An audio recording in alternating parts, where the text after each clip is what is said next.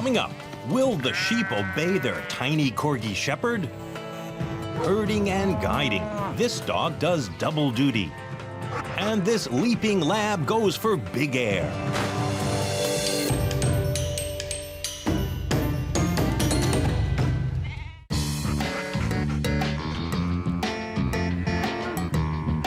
Border Collies, regarded as one of the best herding breeds, often run far and wide and use the stare to move their flock. But not Ingrid. She's a 7-year-old Cardigan Corgi. Cardis are an ancient Welsh working breed.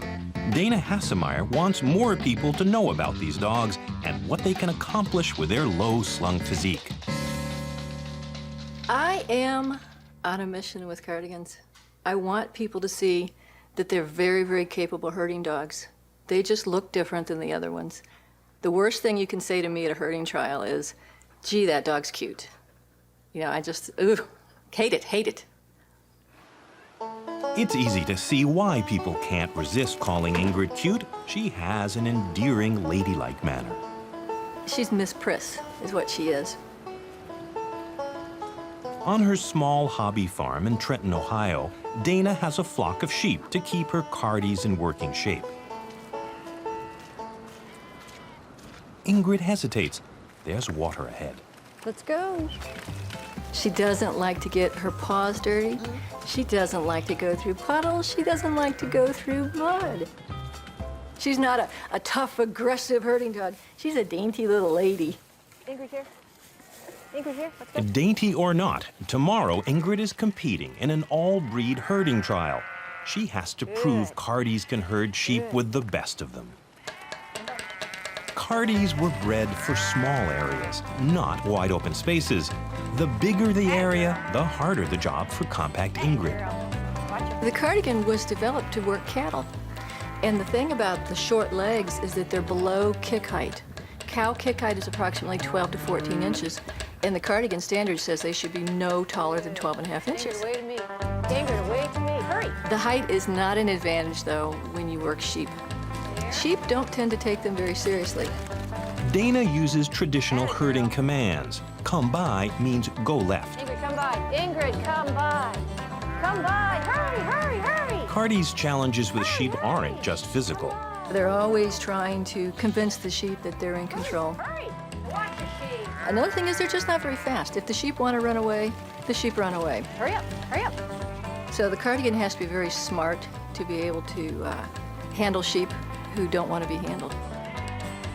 Most Cardis nip at the livestock to get the job done, but Ingrid uses a gentle approach. Walk 'em up, walk 'em up. She's very polite and very friendly around the livestock. She doesn't want to offend them.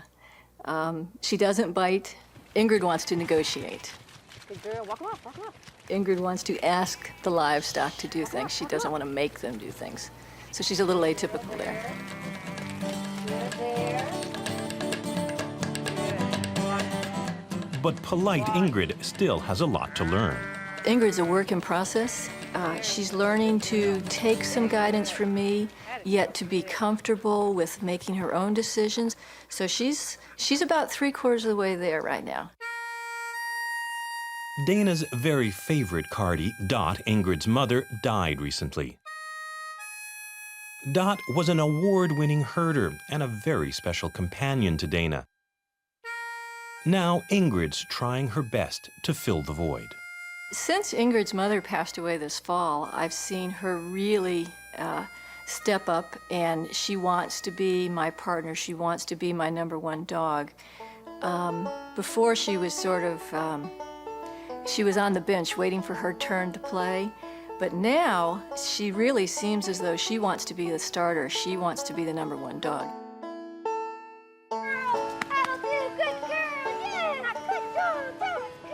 She'll look at me and like, you know, did I do that right? You know, is that good? So she's definitely fighting more for that now. It's time for a Cardi road trip to the trial. This will be Ingrid's first chance to shine in competition without being overshadowed by Dot.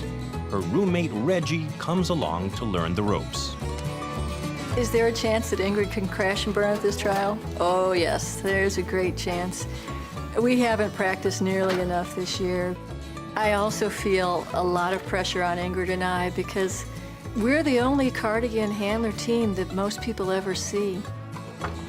As the star Cardigan, Ingrid gets to sit up front in first class.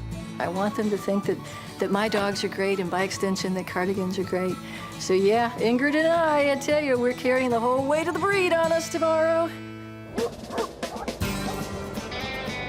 At the American Herding Breeds Association Turkey Trot Trial, bad weather has reduced the turnout. Dana wants Ingrid to wow the competition, but the snow adds an extra challenge. It is cold today, and it makes it really hard on the dogs because their feet are in the snow right now. So their feet are cold, their muscles are cold. Plus the sheep are going to be very fast today. They're going to want to run. So it's challenging when it's cold. Challenging for the dog, challenging for the handler. Here, keep the snow out of your feet. Before Ingrid actually goes into the arena, I'll warm her up a little bit, I'll walk her around. But basically, all your prep work is done at home. This is the test. Today is the test. Okay, let's go. Let's go. Let's go. Let's go. Come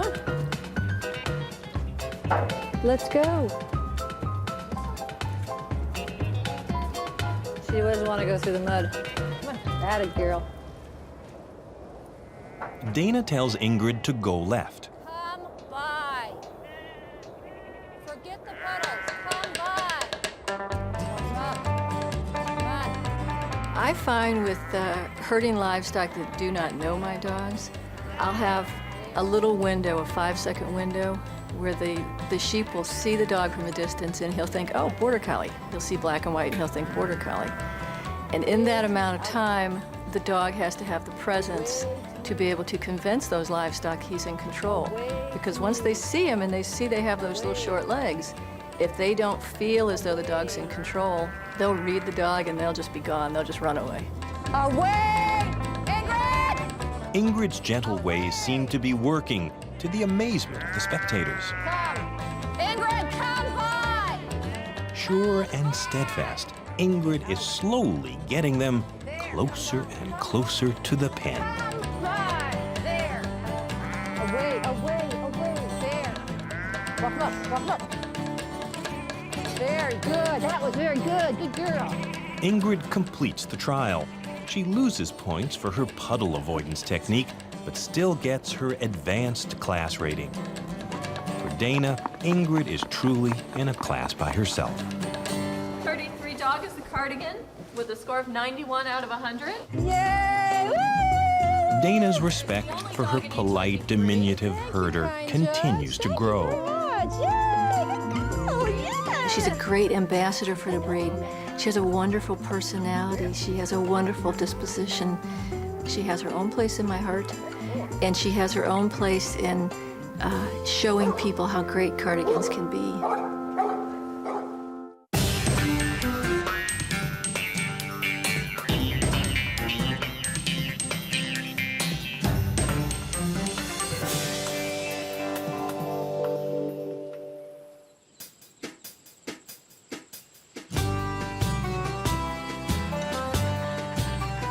Jassel, a 3-year-old New Zealand heading dog, works on John McPeak's farm.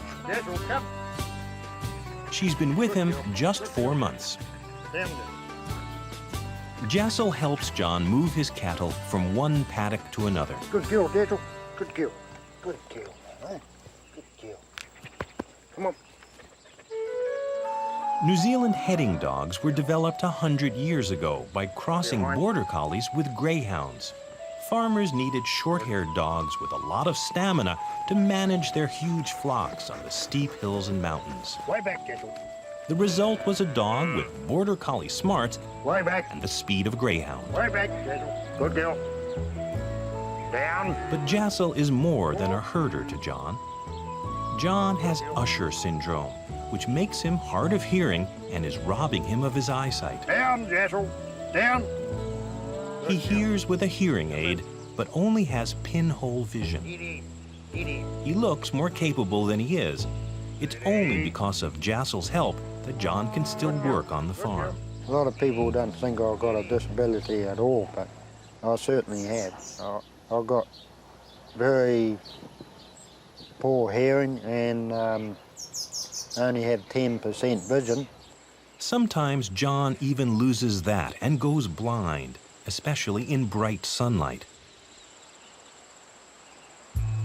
When John ventures away from his familiar surroundings, he needs a guide dog. Jassel is the first of her breed to become a guide dog. She was trained from puppyhood specifically for John. She's the first dual-purpose dog in New Zealand, guiding and herding. Herding and guiding aren't a natural combination. Julie Hodge of the Royal New Zealand Foundation for the Blind was Jassel's trainer. The big things that I suppose I was concerned about with Jassel was that her desire to chase would come out in inopportune times or inappropriate times. Jassel's job is multifaceted. As a herder, she needs to listen to John's commands. But as a guide dog, she must assume a lead role. When she's working as a guide, it really does come to her to take the bulk of the responsibility. So that's a sort of a role reversal job there as well. Good girl, Jassel. Even though they've only been together for 4 short months, tomorrow they've got an evaluation. Jassel's 2 jobs require completely different skill sets. She must master both to stay with John. Today, John and Jassel are going to Auckland, so Julie can evaluate whether Jassel is honing the skills required for the job. Most guide dogs in New Zealand are Labrador retrievers. Because John does farm work, Julie decided to experiment by training a herding breed. We were a little bit worried about the heading dog. They tend to be a little bit more active, a little bit more hyper. So we sort of thought, well, all we can do is give it a go.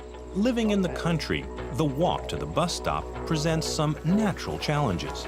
We hadn't tried anything like this before, so it really was a bit of an experiment, but in doing so, the hope was that John would have the ability to continue on with his farm work for a bit longer and also to get a bit of a guide dog out of that as well. A bus ride for Jassel tells her she's heading into the less familiar territory of the big city. My job is to go out and check the team, really, and just to make sure that everything is going smoothly, that they are developing well.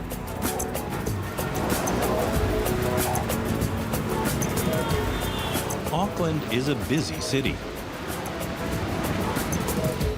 Jassel still isn't comfortable with the noise and bustle of the urban setting. Jassel, we know, has a bit of anxiety when she gets into the city there, and it's quite hard work. And there are things that I am having to keep an eye on. Find the door, Jassel. Find the door. Jassel lived with Julie during her 3 years of training. There's still a strong bond between them, but Julie keeps a professional distance. Hi, John. Oh, Come hello, on. Julie. How are you? Hello, little Jassel. Good girl. Good to see you. Settle down, settle down. When you've raised a pup and trained a dog, you really always hold a special place for them in your heart. I don't think that will ever go away. What we're going to actually do today, I know you've only just walked through Newmarket, but we're going to actually walk back through the town again. And I'm just going to have a look at things like your curb approaches with Jassel, make sure they're nice and straight. Jassel is doing well with the farm work, but she isn't as strong at guiding. Julie wants to see how much progress Jassel has made and whether Jassel and John have developed any bad habits. So it's not a test. You can't pass, you can't fail. Okay, let's get going. It's important that someone goes out there and just sees how things are coming along. Little things can start to happen, start to go wrong, and if we catch them earlier, then they're quicker to fix. Taking an escalator requires teamwork. John locates the rail and checks that it's going up. Jassel gets them off safely before her nails can get caught. Lovely. Straight on. Straight on. Find right, Jassel. Find right. Julie checks that Jassel stays at John's side at all times. Jassel's main weakness is her eagerness to please John. If he motions to cross when a car's coming and Jassel obeys him, they could both be killed. What I want you to do is, as you see a car coming, just tell her forward, and she shouldn't go. So don't go if she tries to go. You check her, okay? Yeah. She's so willing that when he says to go, she's very inclined to say, yeah, I'll go. So that's something we're going to have to work on. Jassel won't let him cross. Julie's happy to see that Jassel waits for an opening in the traffic before leading John across the busy intersection. When we're in town, Jassel really is the boss, guiding me around and getting me from A to B safely. Okay, John, if you just stop there. Yep. That was good. So Julie's pleased that Jassel and John's teamwork is developing so well. So really, that's it for a couple of months, and we'll be back to see you again unless there's something you need in between, in which case give us a call. Yeah, Okay. you think she did very well, huh? Did fine, yeah, did fine, John. Good, Jassel, did you hear that? So you can go and have a drink now, John, and Oh, that's nice. enjoy the rest of the day. After a long, stressful day, Jassel and John return to the calm and quiet of the farm. It's only been 4 months, but Jassel has given John a new sense of freedom. Well, I certainly love her, yeah. It certainly makes a big difference in my life. Jassel's my little girl, seeing I don't have a family, so Jassel's my little baby.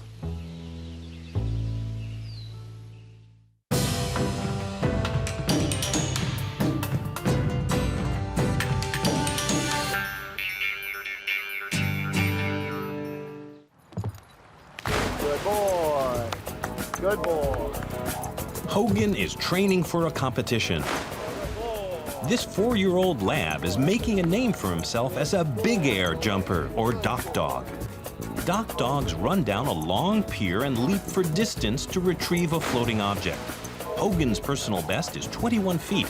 The record is 26.5 feet. If Hogan does well at tomorrow's competition, he'll be one step closer to the great outdoor games. Last year, he was just one dog away. Mark Stewart is Hogan's owner. Hogan loves to jump, he loves to work. I guess there's some money involved, but for us, we do it just because he loves it. That's why we jump. Still, if Hogan wins, he could bring home $4,000. Mark and his wife, Carla, adopted Hogan from a rescue organization as a buddy for Fryer, their golden retriever. But Hogan was insecure around other dogs, and he attacked Fryer. It was at least 6 months before the dogs became friends. Hogan used to be so nervous around other dogs, his fur would fall out. Mark built up his confidence through sports. Today's competition is being held at an indoor pool. Hogan's never done an indoor jump. He's not the only dog with pool issues.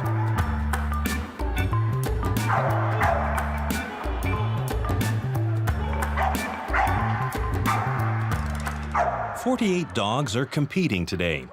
Judge Shad Field has been following Hogan's progress. Our world record is 26.6. So as a national champion, he's got a little ways to go. But as far as being able to make it into the top 12, I think he's got very good chances. The audience settles in, anxious for the competition to begin.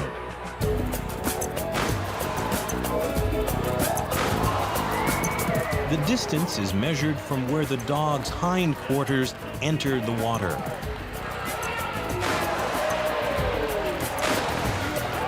Hogan uses a speed technique.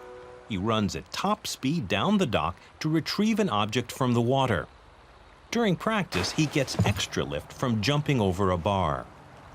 Good boy. The best jumpers use the chase technique. Where you run the dog down the dock and you lead the dog up in the air to get maximum carry. It's called the chase technique. They chase the ball up in the air. He hasn't mastered that yet, good enough for competition, so we've got to revert back to our old way of doing things today. This is Hogan's main rival, Dwight, another black lab who took bronze at last year's Great Outdoor Games. But there's a new rising star, a border collie named Gabe. Gabe jumps an impressive 20 feet. Smoke that one. That's a 20 plus. It's Hogan's turn. Let's go. Come on. Let's go. Mark Stewart and Hogan. Want it? You see it? You want it? Go, go, go, go, go, go, go! His speed is good, but he doesn't get enough lift from his front legs. His jump is only 17 feet. Even though Hogan's off his game, he still made it into the finals. I love watching Hogan jump in competition. It's just still emotional to me, so I'm really looking forward to it. It's time for the finals. The pressure is on. Even though the chase technique would give Hogan the lift he needs, Mark sticks to their tried and true speed technique. Back up. Sit. But will it get him far enough to win? Stay. Stay. Stay. Go! Go, go, go, go, go, go, go! Bingo! That's a great jump over 19 feet for Hogan. We're all going to see what he does now. Way to go, Hogan. Way to go. Here it is, 19 feet, 6 inches on Hogan. That last jump just put Hogan in second place. He traditionally gets stronger as the day goes on, and he's just getting more confident, and he just loves it. Hogan's chances look good, but Gabe, the young upstart, has yet to do his final jump. 21 feet, 3 inches. No one manages to top the Border Collie. Hogan finishes a proud third. He and Mark will have plenty more chances to qualify for the great outdoor games. 19.6 is certainly not his best effort. However, I was really proud of how he adjusted. You know, he got stronger every single jump. His confidence grew. I've never seen Hogan have more fun before in an event. I really look up to Hogan. He has truly overcome everything that has faced him. He's changed my life, and I've changed his, and we're best buds. Right? Yeah, best buds. Yeah. Yeah.